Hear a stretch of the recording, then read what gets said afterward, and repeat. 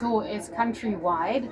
How does this align with the broader vision of the Expanded Public Works program in improving employment opportunities, which is a big one, and skills development for communities, specifically this community as well? Right. So if you look at the Expanded Public Works program, it's part of a public employment program. It's meant to look after the most vulnerable in society. And so the primary aim is to get people to work. But to also recognize that the pool of unemployed is varied. And so we have persons that do not have matric. And so when you look at some of our statistics, it is specifically targeting the majority of persons that have not finished up high school qualifications. It's about providing income support. It's providing agency. So when you work, there's pride that goes with it. But more than that, it's also about service delivery.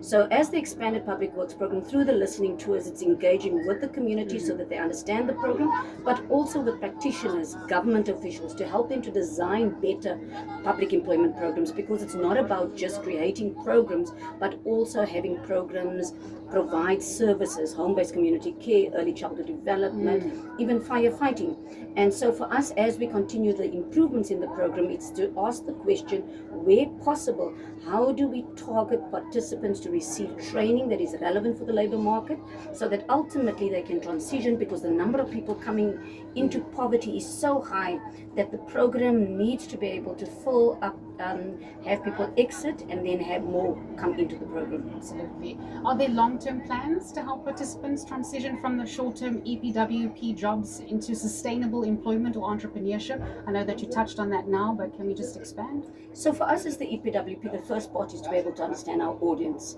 recognizing that we focus specifically on designated groups, women, youth, persons with disability. We also then have structured programs that we've had for years, such as the artisan programs.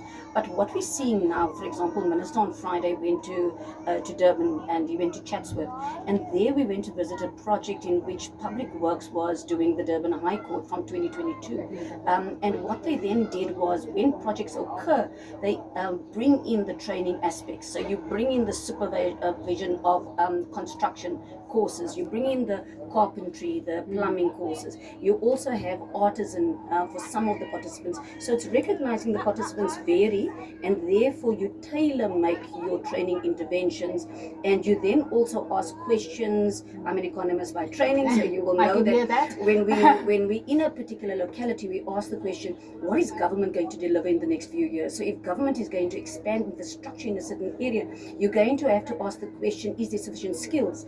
And how do we as EPWP come in so that we help as the officials in the program for people to design these programs, so that we don't forget that the training elements are important. So before you see the people on the ground, my team is already asking the questions before the tenders get put up. Are there labor intensive measures being inserted there?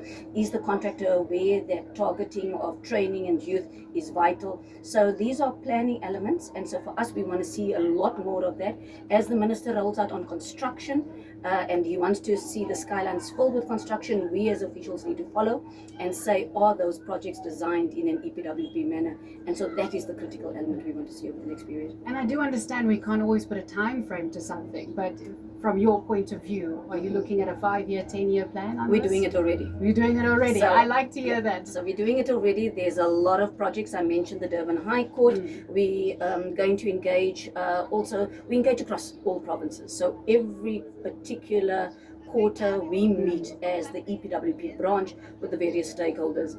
And the greatness about the EPWP, which many people don't know, there's 345 public bodies that are participating in EPWP. And so it is about influencing that particular cohort to understand what is designing properly for EPWP. We're also going to have an EPWP policy. We're going to engage Minister this week, so you're going to hear a lot more. We've come from public consultation. We've engaged with NEDLAC, so some of those reforms will come through. We're going to also move on the recruitment guidelines, a revision of it.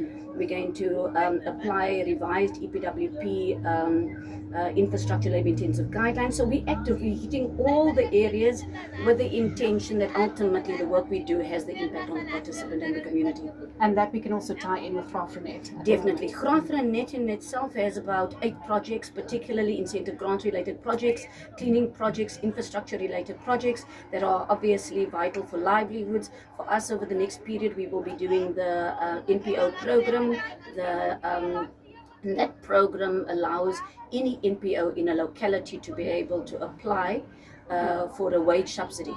So, like any other public body or any NPO in South Africa, Grafrenet is welcome to be able to say we would like to participate in that initiative, and we're going to be starting, I think, probably about May, June.